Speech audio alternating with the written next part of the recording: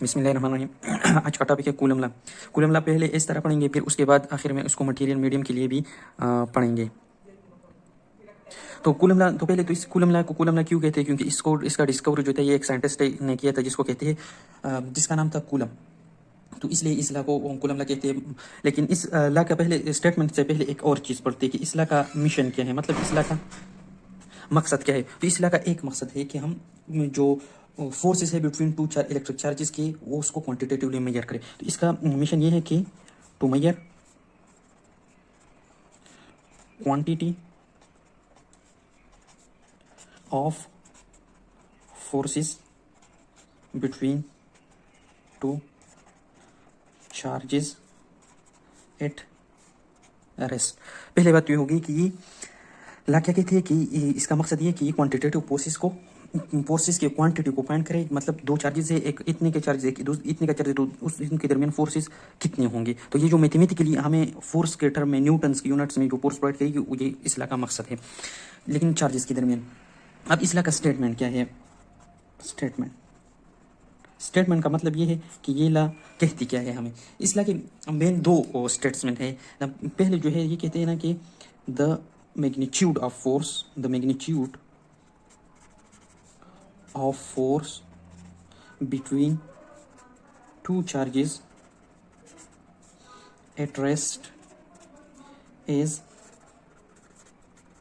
directly proportional to product of two charges। इसका पहला जो स्टेटमेंट है, इसकी स्टेटमेंट बुक में इस तरह दोनों दिए गए हैं, लेकिन मैं चाहता हूँ कि दोनों स्टेटमेंट की दो पार्ट से उसको अलग अलग एक्सप्लेन करूँ। लेकिन directly proportional to product of two charges, लेकिन ये प्रोडक्ट ऑफ चार्जेस का तो डायरेक्शन भी हो सकता है इसके फोर्स का, लेकिन हम क्या लेंगे कि प्रोडक्ट ऑफ मैग्नीट्यूड भी लगाएंगे। Magnitude of two charges. सही है। अब ये इसका एक स्टेटमेंट होगा। तो अब ये स्टेटमेंट जो जब मैथमेटिकली लिखेंगे तो ये इस तरह आ जाएगा कि F is directly proportional to Q1 and Q2। अब ये Q1 Q2 ये सेम चार्जेस भी हो सकते हैं और अपोजिट चार्जेस भी हो सकते हैं। अब इसकी दूसरी स्टेटमेंट पर आ जाए, तो जब इसकी दूसरी स्टेटमेंट पर आ जाए तो वो रिलेटेड है इन दोनों दरमियान चार्जेस के दरमियान डिस्टेंस को। तो दूसरा स्टेटमेंट कहते हैं कि जो फोर्सेस है इन चार्जेस के दरमियान वो इनवर्सली प्रोपोर्शनल है square of the distance between the two charges. इसलिए कि force between two charges is inversely proportional to square of distance between two charges। तो ये मैथमेटिकली इस तरह लिखा जाए कि f is inversely proportional to r square। r is the distance between two charges। तो अब ये दोनों स्टेटमेंट को हम मैथमेटिकली कंबाइन करेंगे। जब मैथमेटिकली इन दोनों स्टेटमेंट को कंबाइन करेंगे तो इससे किस तरह के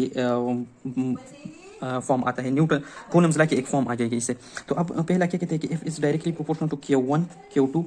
दूसरा क्या कहते हैं, दूसरा statement F is inversely proportional to square of the distance between two charges. तो अब जब ये दोनों रिलेशंस को हम कंबाइन करेंगे, रिलेशन तब कंबाइन की जाती है जब उनका एक साइड बराबर हो, एक जैसा। मतलब यहाँ भी एफ है, यहाँ भी एफ है, हम ये दोनों रिलेशन को कंबाइन कर सकते हैं। अब अगर यहाँ एफ हो, यहाँ कोई और हो, तो फिर हम कंबाइन नहीं कर सकते। या इस साइड पर सिमिलरिटी हो तब कंबाइन कर सकते। तो ये दोनों इस साइड पर ये दोनों सिमिलर है, इसलिए हम इसको कंबाइन कर सकते हैं। तो F is directly proportional to Q1 Q2 divided by r square. अब यहाँ पर हम प्रोपोर्शनल साइन को इक्वलिटी में कन्वर्ट करेंगे तो कांस्टेंट भी लगाएंगे। तो उस कांस्टेंट को डिनोट करते हैं कैसे? Q1 Q2 divided by r square. अब ये जो कूलम्स लॉ है इसका एक फॉर्म आ गया। अब इसको थोड़ा सा डायग्रामेटिकली देखते हैं। बुक में भी ये डायग्राम है, यहाँ पर ये डायग्राम है बुक में, लेकिन ये थोड़ा ब्लर है, मैं पेज पर ड्रा करता हूँ। अब दो किस्म के चार्जेस हो सकते हैं। एक हम प्लस चार्जेस लेते हैं, दोनों ये दोनों प्लस है। सही है। अब इनके दरमियान हम डिस्टेंस लेंगे, तो ये इनके दरमियान जो है ना ये डिस्टेंस है, इसको हम लेंगे r।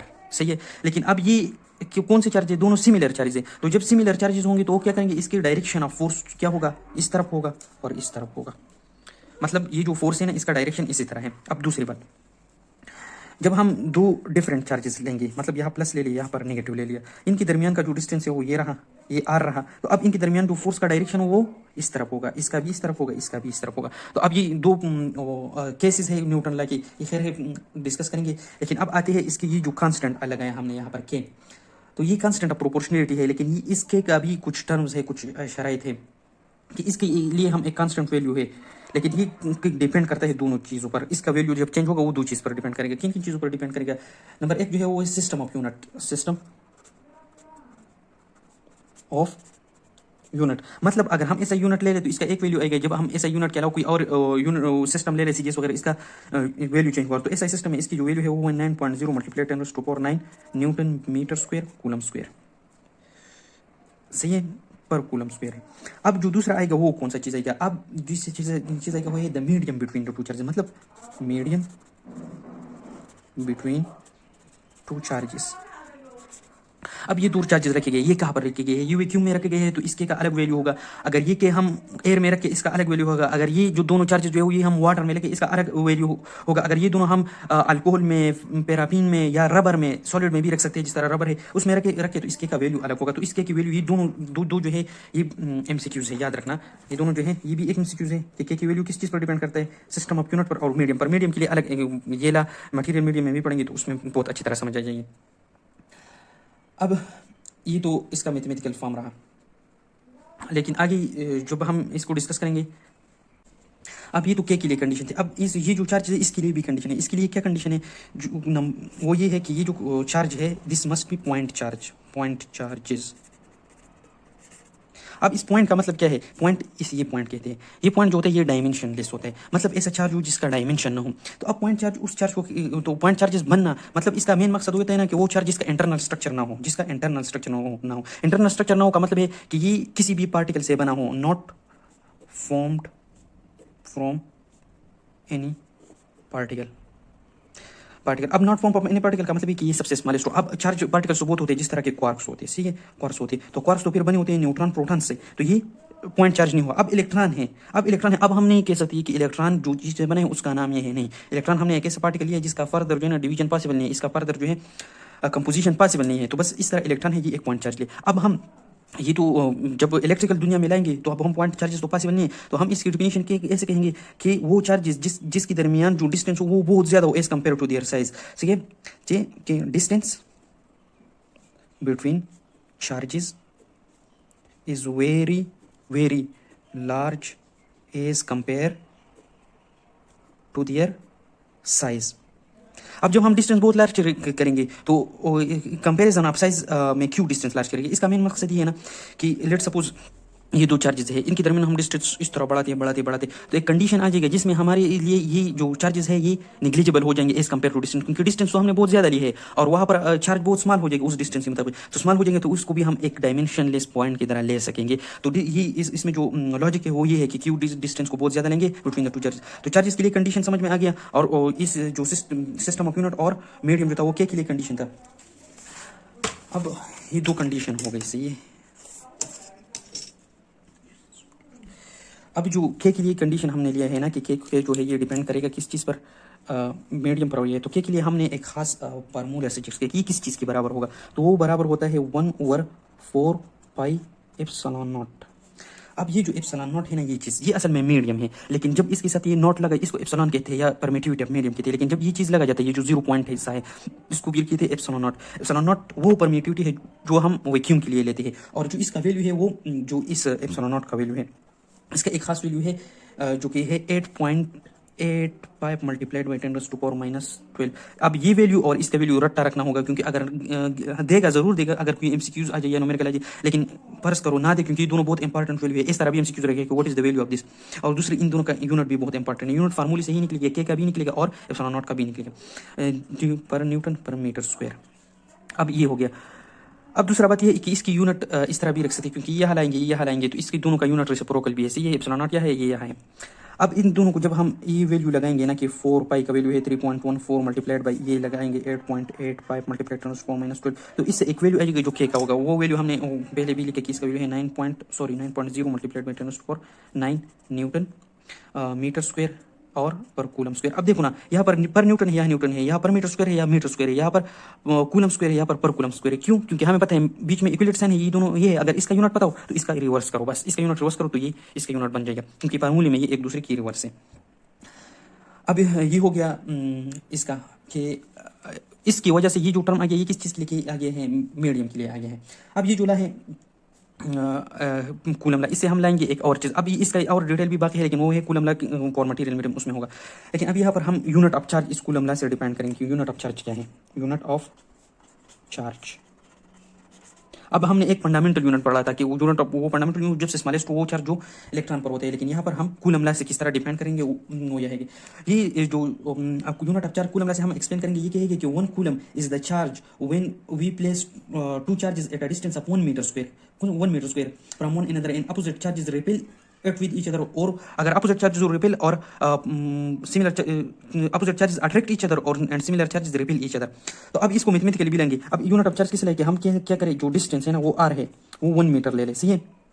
और फोर्सेस कितने फोर्सेस के साथ रिपेल करेंगे उसको 9 मल्टीप्लाइड बाई 10⁻⁹ ये जो चीज़ है न्यूटन, इतने फोर्स से रिपेल करे दो चार्जेस एक दूसरे को, तो फिर उसको क्या कहेंगे हम यूनिट ऑफ चार्ज। हाँ, और चार्ज जो है ना वो लेना होगा 1 कूलम, जो 1 भी है 1। तो अब ये हम यूनिट ऑफ चार्ज डिपेंड करेंगे, तो हमने ला किस तरह लिया कि के Q1 Q2 divided by r square. अब इन तीनों का जो हम वैल्यू पुट करेंगे तो क्या आ जाएगा, F is equal to K Q1 का 1 कूलम डिवाइडेड बाई 1 स्क्वायर। तो इन सबसे क्या आ जाएगा, के का वैल्यू क्या है, F is equal to 9 multiplied by 9 10⁻⁹ newton. अब ये इसका वैल्यू आ गया। तो जाहिर बात है कि जब फोर्स का वैल्यू के की वैल्यू के बराबर हो जाए तो उसको हम कहेंगे यूनिट ऑफ चार्ज, सही है, या यूनिट चार्ज उसको कहेंगे। अब ये भी हम समझ आ गया। लेकिन अब यह कूलम लॉ में फोर्स इन वाले फुल फोर्स जो है वो तो एक वेक्टर फॉर्म है ना, तो अब इस लॉ को हम एक वेक्टोरियल फॉर्म में भी पढ़ेंगे। कौन से फॉर्म में? वेक्टोरियल फॉर्म में। अब जब हम इस लॉ को वेक्टोरियल फॉर्म में पढ़ेंगे तो इसके लिए कुछ बुक में डायरेक्शंस वगैरह दिए गए हैं, लेकिन दो चीज़ें दी गई। लेकिन पहले मैं उन चीज़ों को समझाना चाहता हूँ आपको। अब एक बुक में दो चीज़ें, एक लिया है F12, सही है, एक दूसरा लिया है यहाँ पर लिखूंगा, दूसरा लिया है F21। अब ये हम 2-1 भी ले सकते हैं, ये 1-2 भी ले सकते हैं, लेकिन इसमें बहुत कंफ्यूजन पैदा हो जाती है कैलकुलेशन में, इसलिए हम लेंगे इसको मतलब बुक की तरह ही लेंगे। अब जो F21 है ना, F21 ये क्यों F21 है, F21 लेंगे। ये लोग कहते हैं कि जो F21 का जो फोर्स होगा वो प्रोड्यूस होगा कौन सी चीज़ पर, Q1 चार्ज से प्रोड्यूस होगा। Q1 चार्ज विल अप्लाइड, सही है। और जो Q2 होगा वो इस फोर्स को, जो Q1 का फोर्स है वो एक्सपीरियंस करेगा, एक्सपीरियंस मतलब Q1। अब हमने पढ़ा ना कि यहाँ पर दो चार्जेस लेंगे ना, इस चार्ज का इस पर भी एक फोर्स होगा, इस चार्ज का इस पर भी फोर्स है। तो एक चार्ज जो Q1 होता है, एक चार्ज जो Q2 होता है। तो जो Q1 का होगा ये इस पर जो असर होगा उस फोर्स को हम कहेंगे F12, और जो Q2 का Q1 पर जो असर होगा तो उसको हम कहेंगे F21। तो अब ये हो गया F21 कैसे है, तो ये किस चीज़ से Q1 की वजह से होगा, Q2 पर, Q2 एक्सपीरियंस करेगा, और ये इसके अपोजिट रहेगा। तो क्या कहेगा, ये जो Q1 होगा वो एक्सपीरियंस करेगा और Q2 क्या करेगा, इसको अप्लाई करेगा, सही है। तो अब ये दो चीज़ों को समझ आना चाहिए आप लोगों को, ताकि फिर मुश्किल ना हो। अब दूसरा क्या है, इन्होंने डिस्टेंस लिया। अब दो चार्जेस है ना, ये एक ये था, एक ये था। अब वेक्टोरियल फॉर्म में लेंगे तो जो इनके दरमियान डिस्टेंस लेंगे वो क्या लेंगे हम, डिस्प्लेसमेंट, उसका एक खास डायरेक्शन होना चाहिए। तो जब जो Q1 ये हम ले रहे हैं, अब Q2 ले, तो Q1 की तरफ से जो हम डायरेक्शन लेंगे तो उसको क्या कहेंगे, R12, और Q2 की तरफ से जो डायरेक्शन लेंगे वो हम क्या लेंगे, R21 लेंगे। तो अब ये चीज़ समझ आएंगे। तो अब हम ये फुट करते हैं F12 की वजह से जो फोर्स होगा F12, तो F12 की वजह से जाहिर है जो फोर्स के तो उस कांस्टेंट है वो होगा Q1 Q2 लेंगे, और यहाँ पर जो R लेंगे ना, यहाँ पर आर स्क्वायर, वो कौन सा लेंगे, F1 की वजह से लेंगे ना, F12 की वजह से जो लेंगे वो क्या है, R21। मतलब ये है 2 से लेकर 1 तक। अब जब इस पर वेक्टर का फोर्स लगाएंगे, लेकिन यहाँ पर भी एक और चीज़ लगना होगा, वो कौन सा चीज़ है, उसको कहते हैं ये वाला, ये केप, और ये क्या हो जाएगा 2-1। तो अब जब F21 यहाँ पर लिखने की जरूरत नहीं। अब इस चीज़ का भी मैं समझोगे, यहाँ पर पहले लिखेंगे F21 का लिखते हैं, F21 is equal to K Q1 Q2 divided by r square, और यहाँ पर ये यूनिट वेक्टर ले लेंगे, और अब ये ले लेंगे 1 2। अब इसके लिए जो डायग्राम में थोड़ा सा बनाता हूँ पहले, ये Q है, ये दूसरा लेट से माइनस ले लेते हैं, तो ये Q1 है, ये Q2 है। यहाँ पर फोर्स एक्सपीरियंस कौन कराते हुए, तो ये वाला फोर्स है, ये इस तरह है। ये जो फोर्स है वो हम क्या लेंगे F12, और ये जो R है ये हम क्या लेंगे R21। अब यहाँ पर लेते, इसका हमने इग्नोर किया अभी थोड़ी टाइम के लिए। यहाँ पर भी प्लस है, यहाँ पर माइनस है। अब ये Q1 है, ये Q2 है। अब ये Q2 अप्लाई करेंगे ना, तो ये इससे ले लेंगे, तो F21 लिया और R12 इस तरह यूनिट वेक्टर। अब यूनिट वेक्टर क्या कहते हैं, यूनिट वेक्टर उस वेक्टर को कहते हैं जिसका मैग्नीट्यूड 1 हो। क्या हो मैग्नीट्यूड, वो सिर्फ डायरेक्शन को डिनोट करे। तो अब हम एक वेक्टर ले लेते हैं, लेट्स सपोज हम F का वेक्टर ले लेते हैं, तो F इज इक्वल टू, जब हम ये ले लेते हैं कि F इसका मैग्नीट्यूड डिनोट करते हैं, और उसके साथ जब हम यूनिट वेक्टर ले लेते हैं डायरेक्शन के लिए, ये इस तरह ले, तो ये जो कैप हो गई, ये हम यूनिट वेक्टर, ये सिर्फ डायरेक्शन यूनिट करते हैं, क्योंकि हम क्या इसको यहाँ से कैप करेंगे, F वेक्टर डैश करेंगे और ये F करेंगे, तो ये F कैंसिल हो गया, सिर्फ ये एरो रहती है ना, तो ये एरो क्या शो करता है, डायरेक्शन शो करता है। तो इसलिए हम यहाँ पर यूनिट वेक्टर ये चीज़ लेते हैं। अब ये इसका वेक्टोरियल फॉर्म हम किस तरह लेंगे, अब 1 2 2 1 कुछ नहीं लगाएंगे, तो फिर इस तरह जनरल लेंगे, तो F is equal to Q1 Q2 divided by r square and r cube r cap. अब यहाँ पर जिस डायरेक्शन से लेंगे वो लेंगे, अगर 1 2 की तरफ है वो 1 2 लगाएंगे, अगर 2 1 है तो 2 1 लगाएंगे, सही है, इस आर के साथ। तो ये वेक्टोरियल फॉर्म हो गया। हाँ, अब एक एमसीक्यू आता है ना कि which one of the following is the vectorial form of Coulomb's law, तो हम किस तरह लेंगे कि एक तो इस पर कैप देखेंगे और दूसरा यहाँ पर आखिर में ये चीज़ लेंगे, ये इसमें नहीं हर जगह में हो। अब हम किसी और जगह पर कोई और ले लेना, मतलब F is equal to M A लेंगे, तो यहाँ पर हम देखें ये डायरेक्शन इसका है ना, ये तो फिर स्केलर है तो इस पर भी इस तरह डायरेक्शन देखेंगे, सही है। और अगर ये डायरेक्शन नहीं लें तो इसकी बजाय हम क्या लेंगे, इसको इस तरह। अब ये वाला है ना, तो अब एक के बजाय हम इसका यूनिट क्रॉस देंगे, कैप लगाएंगे, तो फिर ये फॉर्म जो है ना, अब इसकी जगह हम ये वाला लगाइए, सही है, मतलब F dash by F dash, F is equal to K Q1 Q2 divide by r square. तो इसकी जगह हम ये चीज़ लगाते हैं कि F dash divided by F. याद रखना अब ये चीज़ और ये इक्वल है, क्योंकि ये भी मैग्नीट्यूड है, ये एक दूसरे को क्रॉस करेगा तो ये एक दूसरे के बराबर हो जाएगा। लेकिन आपको इस कंडीशन में भी वेक्टोरियल फॉर्म दे सकते हैं, ये क्रॉस नहीं होगा, तो ये दोनों क्या हो गई, vectorial form of Newton law हो गया, सही है। अपनी इस लॉ की जो दो फॉर्म है ना कि लाइक चार्जेस के लिए और अनलाइक चार्जेस के लिए, वो थोड़ा डिस्कस करते हैं, सही है। अब जब मतलब यहाँ पर लिखेंगे कि केस 1, यहाँ पर लिखेंगे कि केस 2। अब केस 1 में ना हम लाइक चार्जेस लेंगे, तो हम लेंगे कि हम लाइक चार्जेस में क्या कहते हैं कि ये जो न्यूटन लॉ है ना, सॉरी कूलम्स लॉ है, ये लाइक चार्जेस के लिए पॉजिटिव, फोर्सेस का मैग्नीट्यूड पॉजिटिव होता है, क्या होता है, पॉजिटिव होता है। और जब अनलाइक चार्जेस होते हैं ना, अनलाइक चार्जेस, तो उसके लिए फोर्स का मैग्नीट्यूड, जो न्यूटन फोर्स है उसका मैग्नीट्यूड क्या होगा, नेगेटिव होगा। तो यहाँ पर क्या है, लाइक चार्जेस, लाइक चार्जेस, यहाँ पर क्या है, अनलाइक चार्जेस, अनलाइक चार्जेस।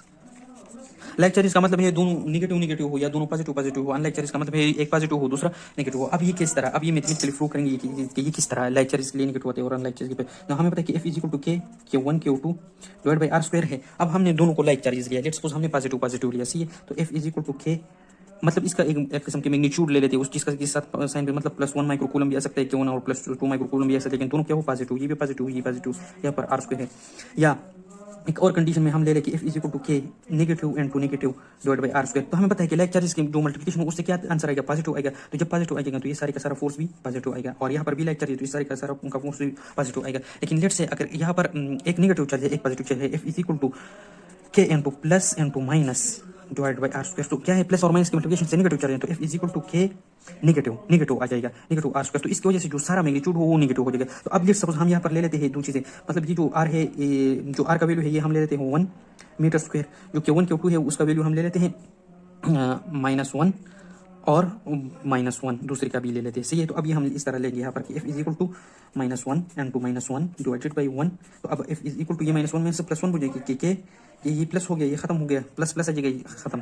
के की वैल्यू क्या है, 9 multiply by 10⁻9 newton. Positive answer आ गया। यहाँ पर ले लेते हैं, लेकिन एक पॉजिटिव +1 ले लेते हैं, दूसरा -1 लेते, तो K is equal to +1 into -1 divided by 1 metre square. तो F is equal to K into -1, क्योंकि माइनस हम अब निगलेक्ट नहीं कर सकते, तो अब हम ये लगाएंगे कि 9 मल्टीप्लाइड बाई 10⁻9 मल्टीप्लाइड बाई -1, तो ये क्या हो जाएगा, F is equal to -9 multiplied by 10⁻9 newton. तो यहाँ पर साइन नेगेटिव हो गया। तो ये दो केसेस है, कौन से केस में जो फोर्स का मैग्नीट्यूड नेगेटिव आएगा, जब लाइक चार्जेस हो, कौन से केस में फोर्स का मैग्नीट्यूड नेगेटिव आएगा, जब अनलाइक चार्जेस हो। ये शॉर्टली भी आपको एमसीक्यूज में दे सकते हैं कि इन विच केस द याद इस तरह दे सकते, एक का पॉजिटिव दिया होगा, एक का दूसरे का नेगेटिव दिया होगा, शायद वैल्यू भी दी होगी, लेकिन नीचे ये पूछ रहे होंगे कि इसका फोर्स अब कूलम्स फोर्स जो है उसका मैग्नीट्यूड पॉजिटिव है या नेगेटिव है। अब कूलम लॉ का ये वाला पार्ट भी डिस्कस हो गया। अब कूलम लॉ के लिए मटेरियल मीडियम में क्या है, अब सही है, Coulomb's law in material medium, Coulomb's law in material medium. Book में ये चीज़ें ना बहुत ज़्यादा कॉम्प्लेक्स, मतलब एक दूसरे में अंदर अंदर, लेकिन मैं यहाँ पर आपको शॉर्टली और इजीली समझाऊंगा। तो कूलम लॉ का जो ये फैक्टर आता है ना कि एफ इज इक्वल टू के, फिर के की आगे आ जाता है Q1 Q2 divided by r square. तो सारा का सारा मीडियम इस फैक्टर में पढ़ा है, क्या पढ़ा है कि ये बराबर है के इज इक्वल टू 1/4πε0। लेकिन ये हमने कहा क्या कहा था कि वैक्यूम के लिए, लेकिन अब एक और टर्म है जिसको सिंपली ये कहते हैं, मतलब ये ना हो उसके साथ ये हो। तो ये चीज़ जो है ना, ये सारे का सारा मीडियम इससे हम लेंगे। अब ये किस तरह लेंगे, इसका कि एक टर्म को एक्सप्लेन करेंगे जिसको कहते हैं मीडियम परमिएटिविटी। आप परमिएटिविटी परमिशन चलेंगे, मतलब मीडियम में फोर्स को परमिट करने वाला चीज़। तो इसका डिफिनीशन क्या होता है, तो इसका डिफिनीशन इस तरह करेंगे, मैं मैथमेटिकली लिखता हूँ और जुबानी भी देखता हूँ कि द प्रोडक्ट, ये जो है ना, ये इसको कहते हैं मीडियम परमिएबिलिटी, कि the product of relative permeability and vacuum permeability. इसको कि रिलेटिव परमिएबिलिटी को इस यहाँ पर आर लगाएंगे ये, और वो वैक्यूम परमिएबिलिटी ये है, इसको क्या कहते हैं, मीडियम परमिएबिलिटी। अब इसका जो और इसका एक और बाई भी है ना, ये वाला ई आर, इसको किस तरह डिनोट करते हैं, किसको कहते हैं, रिलेटिव परमिएबिलिटी, रिलेटिव परमिएबिलिटी। अब इसको डिनोट करने के लिए इसका इक्वेशन सिंपली इस तरह करो और इस तरह करो और इस तरह करो, एप्सिलॉन नॉट, ये हारे चाहिए। अब इससे हम लेंगे इसकी डिफिनेशन करते हैं, ये कहते हैं ना, ये जो इक्वेशन है जाहिर बात कहते हैं कि the permeability of material medium, ये जो है ना ये मटेरियल मीडियम के लिए है ना, permeability of material medium compare with, sorry permittivity है ये, मैंने हर जगह पर परमिएबिलिटी बोला, परमिएटिविटी जो परमिएटिविटी ऑफ मटेरियल मीडियम, ये मीडियम के लिए डिनोट करता है, कंपेयर्ड विद परमिएटिविटी ऑफ वैक्यूम, ये वैक्यूम के लिए डिनोट करता है, तो इसको कहते हैं रिलेटिव परमिएटिविटी। तो अब ये हो गई, सही है। अब इसकी जगह जो है ना, अब इससे एक रेशो निकालनी होगी, सही है। वो रेशो बहुत ही मतलब इम्पोर्टेंट है एमसीक्यूज के लिहाज से खासकर। तो उसके लिए क्या लेना, क्या अब हम मीडियम के लिए फोर्स लेते हुए, ये जो है ना कूलम्स फोर्सेस फॉर मीडियम, एक मीडियम लेते हैं, तो इक्वेशन किस तरह हम लेंगे कि एफ इज इक्वल टू जो के का वैल्यू है वो लगाएंगे 1/4 पाई, लेकिन मीडियम के लिए लेंगे क्या लेंगे, मीडियम परमिएटिविटी, ये वाला, इसके साथ ना नॉट लगाया जाएगा ना आर लगाया जाएगा, into Q2 divided by r square.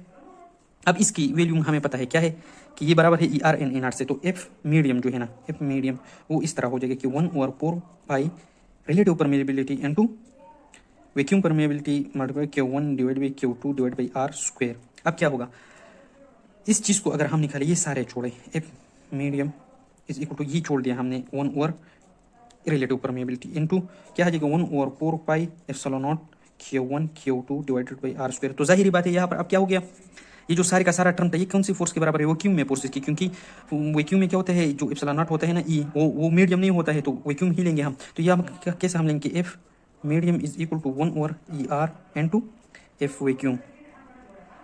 तो जाहिर बात है ये हम इस तरह भी ले सकते हैं ना कि F medium is equal to F vacuum divided by relative permittivity. अब ये इक्वेशन बहुत ज़्यादा इंपॉर्टेंट है, कैसे, वो इस तरह ना कि अब जो वैक्यूम में जितनी फोर्सेस होंगे ना, अगर उसको हम एक मीडियम में लाएंगे तो क्या करेंगे, इस चीज़ पर डिवाइड करेंगे। अब हर मीडियम का ये स्पेशल प्रॉपर्टी होता है, क्या कैरेक्टरिस्टिक्स प्रॉपर्टी, हर मीडियम के लिए ये अलग होता है। अब ये तो इसका मतलब, और ये क्या है, इनवर्सली रिलेटेड है मीडियम फोर्सेस से, तो ये क्या जाहिर करता है कि मतलब हम अगर किसी मीडियम में फोर्सेस लाएंगे तो वो फोर्सेस क्या होंगी, रेड्यूस होंगी, क्या होंगी, रेड्यूस फोर्सेस, क्योंकि डिनोमिनेटर में आ गया ना। अब क्या है कि हम इस पर एक एमसीक्यूज है, उससे आपको हमें पता भी चल जाएगा कि जो फोर्सेज है वो रिड्यूस होते हैं या नहीं है, सही है। तो अब वो एमसीक्यूज जो है ना वो इंपॉर्टेंट है, क्योंकि मैं तो वैल्यू उस तरह नहीं होगा, लेकिन नहीं।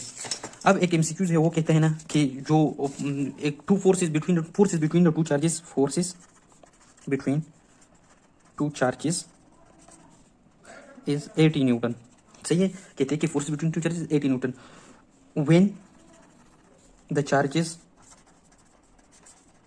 आर पुट, मेरा इंग्लिश बहुत कमजोर है, लेकिन put in water then force will be. तो क्या चीज़ है कि हमें पता है कि जो इक्वेशन था वो किस तरह था कि F medium is equal to F vacuum divide by E R, ये तो हमें दे दिया। अब एफ वैक्यूम देगा या एयर देगा, और एयर और वैक्यूम का एक जगह, क्योंकि वैक्यूम में ई आर का वैल्यू जो है वो 1 है, और जो एयर है उसमें है 1.00 और तीसरा 0 भी है और फिर 6 है, तो ये ऑलमोस्ट कंपेरेबल है, सही है। तो हम एयर को भी वैक्यूम कंसिडर कर सकते हैं। और क्योंकि हमें जाहिर पता है जो एयर है वो इंसुलेटर है, जब इंसुलेटर है तो उसमें तो चार्जेस की जो फोर्सेस होंगे वो तो बहुत ज़्यादा रिड्यूस होंगी ना, तो ये वो क्योंकि साथ एटलीस्ट, लेकिन जो वाटर के लिए है वो है 78.5 है, ये जो ई आर का वैल्यू है। जब 78 पॉइंट, अब ये और बात याद रखना, ई आर का कोई यूनिट नहीं है, ई आर का कोई यूनिट है, क्योंकि हमने अभी यहाँ पर देखो ई आर, अब यहाँ पर ले आइए, सपोज ये जो ई आर है वो यहाँ पर ले F vacuum divide by F medium, तो इसका भी न्यूटन यूनिट है, इसका भी न्यूटन यूनिट है, तो ये कैंसिल करेंगे, क्योंकि ये दो फोर्सेस के दरमियान रेशो है, टू मीडियम के दरमियान रेशो, ये हमेशा रेशो है, तो इस और रेशो अब सिमिलर है तो इसका यूनिट भी नहीं होगा। तो 78, तो ये कंपेरेबल कितना है, ये अगर पेपर में देगा आपको 80 ही देगा, इससे ज्यादा नहीं देगा। तो अब क्या करेंगे हम कि F M is equal to 80 newton divided by 80, ये जो क्या है ई आर ऑफ वाटर है, तो F medium is equal to 1 newton. तो कितना रिड्यूस हो गया जब हमने वाटर में लाया एयर से, 80 से कम होकर 1 न्यूटन पर आ गया। तो इसका मतलब है ये बात सच थी जो मैथमेटिक्स ने डिराइव की कि जो मीडियम है वो forces between the two charges reduce करता है, सही है। अब इसमें जो है ना 3 चीज़ें याद रखनी होंगी, जो सबसे वैल्यूज याद नहीं रखे होंगे ई आर के, कौन 3 चीज़ें याद रखें, एक वाटर का याद रखना होगा, ये आपको क्यों देगा, लेकिन वाटर का क्या, क्योंकि ये सबसे मैक्सिमम है, सही है। और सबसे मिनिमम जो है वो वैक्यूम का है, किसका है, वैक्यूम का, वो है 1 और ये है 80। तो अब जो एयर है उसका मतलब सेकंड लास्ट पर एयर है 1.0006, ये हम दोनों तकरीबन एक चीज़ ही ले लेते हैं, सही है। अब ये बात भी हल होगी इस्लाम में।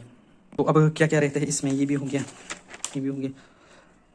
अब ये चीज़ लिखा है मैंने कि capability of medium to allow field lines by medium between two charges. अब मीडियम का मेन पर्पस क्या, ये लोग कहते हैं कि जो परमिटिविटी है इसका मेन पर्पस ये कि फील्ड लाइन पास करता है, मतलब फोर्स ही पास करे, सही है। अब एक और चीज़ है जो कि है कि हम बॉडी को चार्ज कैसे करते हैं। तो बॉडी को चार्ज करने के लिए दो ही मेथड है, सही है। चार्जिंग बॉडी के लिए कौन से दो मेथड है चार्जिंग बॉडी के लिए, एक जस्ट फॉर कंसेप्ट है चार्जिंग ऑफ बॉडी। एक तो क्या कहते हैं कि एक तो कहते हैं कंडक्शन, उसके साथ कोई हम वायर लगाकर उसको इलेक्ट्रिसिटी दे देंगे। दूसरा जो है वो है इंडक्शन। तो इंडक्शन क्या चीज़ है, उसमें हम रब करते हैं, दो चीज़ों को रब करेंगे, सही है। लेकिन अब ये बात है कि इंडक्शन में हमेशा वैलेंस इलेक्ट्रॉन होंगे, मतलब हम दो चीज़ों को रब करते हैं। ये एक बॉडी है, ये दूसरा बात है, इसमें शील्ड्स है। तो यहाँ पर जो इंडक्शन के साथ हम ये रब करेंगे, यदि एक दूसरे को नजदीक लाएंगे कि इसका इंटरेक्शन हो जाए, तो ये वैलेंस इलेक्ट्रॉन ही जाएंगे ना। तो इंडक्शन में हमेशा कौन से इलेक्ट्रॉन ट्रांसफर होंगे, वैलेंस इलेक्ट्रॉन। लेकिन कंडक्शन में वैलेंस भी होते हैं, सेंट्रल भी, क्योंकि कंडक्शन का जो प्रोसेस है वो हम एक्सरे वगैरह से भी करते हो, तो उससे सेंट्रल इलेक्ट्रॉन भी निकल जा सकते हैं। अब ये बात हो गई ये दूसरी। अब इस्लाम में कुछ और भी बात रह गया हूँ। अब ये एक और फोर्स है जो ये कूलम लॉ में जब ये फोर्सेस मैयर करते हैं उसके लिए जो बैलेंस यूज हो गया तो उसको कहते हैं टॉर्सन बैलेंस। अब थोड़े एमसीक्यू इस के दरमियान एमसीक्यूज पॉइंट ऑफ व्यू से क्लियर करते हैं जो इंटर टेस्ट वाले लोग हैं उन लोगों के लिए, सही है। इस पर थोड़े एमसीक्यूज करते हैं। एक चीज़ याद रखना कि एमसीक्यूज ज़्यादातर आती है रेशो फॉर्म में। कौन से फॉर्म में, रेशो फॉर्म में। अब रेशो कैसे लेंगे वो इस्लाम में हम लेंगे, क्योंकि एफ इसके बराबर है K1 K2 divide by R square.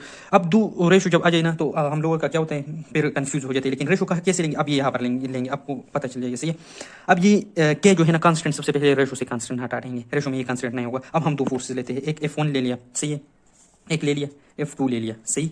तो अब यहाँ पर हम एक ये फोर्स रेशो में लिखेंगे F फोर्स। तो अब ये एक F1 का जो फोर्स है जाहिर बात है इसके लिए हम जो ये अब ये दो डिफरेंट चार्जेस के लिए है, तो F1 के लिए हम चार्जेस किस तरह लेंगे, K is equal to Q1 ये क्यों, क्योंकि F2 के फोर्स से डिफरेंशिएट करेंगे, और R1 स्क्वायर। यहाँ पर क्या लेंगे Q2 divided by R2 square. अब इसकी रेशो लेते हैं F1 डिवाइडेड बाई F2। ये ऊपर आ जाएगा, ये जो F1 है Q1 divided by R1 square. नीचे ये वाला आ जाएगा Q2 divided by R2 square. अब ये दोनों तो कैंसिल हो जाएंगे कांस्टेंट के। अब ये क्या हो जाएगा कि ये जो डिनोमिनेटर हो ऊपर जाएगा ना, तो हम इस तरह भी ले सकते हैं F1 divided by F2 is equal to Q1 divided by Q2 और ये जो R है ये इनवर्सली रिलेटेड है, तो ये R2 ऊपर आ जाएगा ना, तो ये डिवीजन में नहीं बल्कि सुपर डिवीजन में है ना, इसलिए ये ऊपर है, तो R2 स्क्वायर ऊपर आ जाएगा, R1 स्क्वायर नीचे आ जाएगा। अब एक और बात, डेटा में जो चीज़ गिवन होना उसको लिखेंगे फार्मूले में, और दूसरे को बिल्कुल इग्नोर करेंगे, सही है। अब दूसरी को, अब इस पर एक एमसीक्यूज हम करेंगे, बहुत ज़्यादा अजीब एमसीक्यूज है लेकिन क्लियर होना चाहिए आप लोगों को, इसलिए मैं सॉल्व कर देता हूँ। कि एक एमसीक्यूज आता है जिसमें कहते हैं ना कि लेट्स से कहते हैं कि टू चार्जेस है, क्या कहते हैं कि टू चार्जेस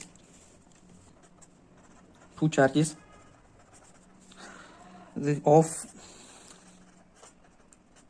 मैग्नीट्यूड कितने का मतलब ले लेते हैं कि है एक 3 coulomb micro coulomb sorry, and और दूसरा है 8 कूलम, लेट्स से, सही है। फिर क्या कहते हैं कि हमने इस दोनों to each of this -5 micro coulomb charge is added. फिर क्या कहते हैं कि before addition the forces were, before addition of -5 microcoulomb charge forces were 40 Newton. What will be the forces after addition? What will be the forces after addition?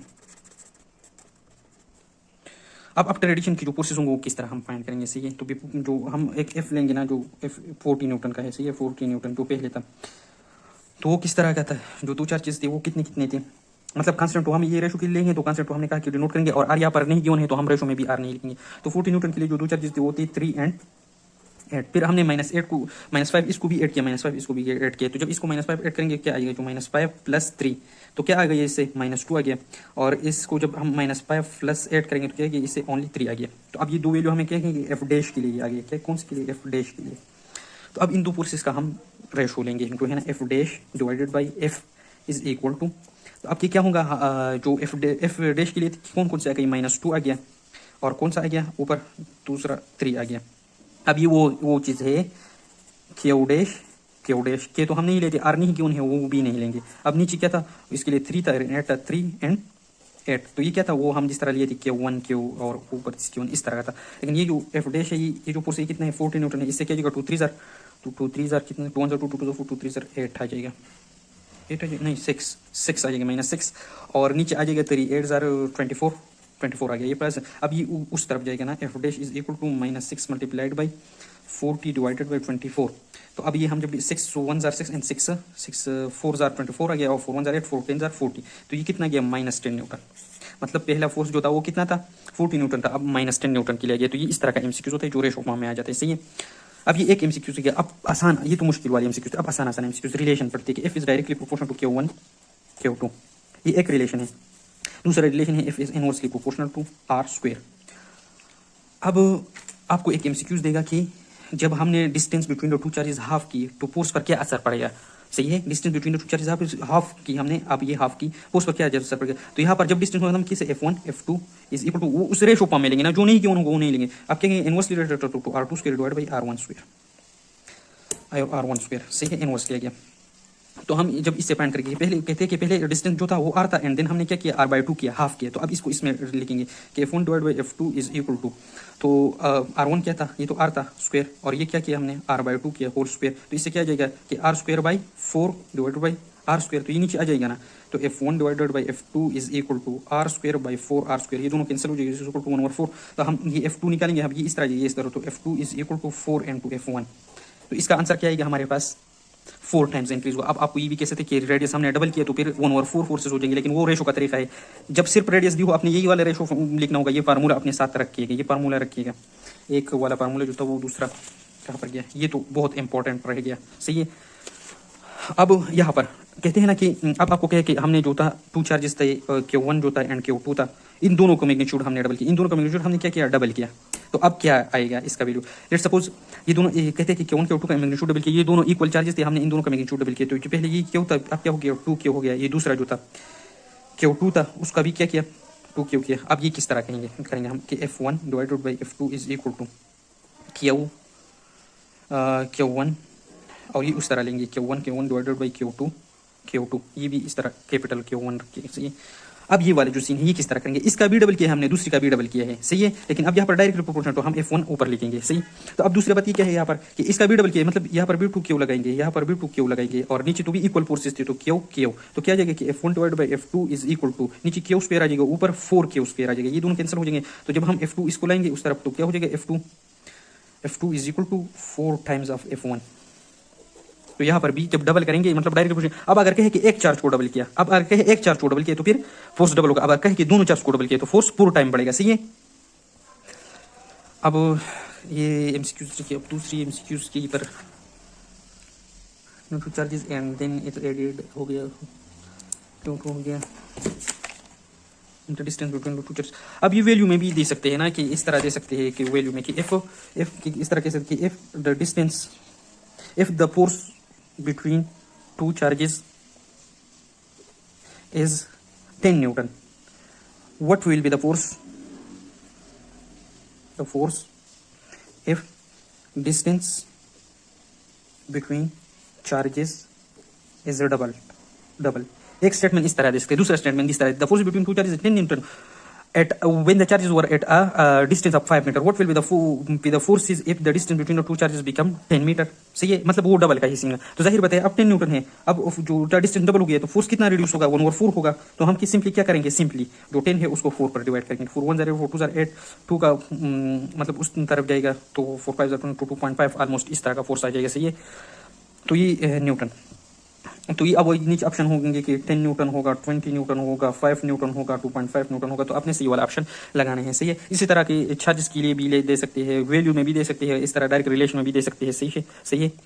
तो आज की Coulomb's law का मुकम्मल के तौर पर ख़त्म हो गई। अब इंशाल्लाह कल से फिर इलेक्ट्रिक फील्ड ही पढ़ेंगे।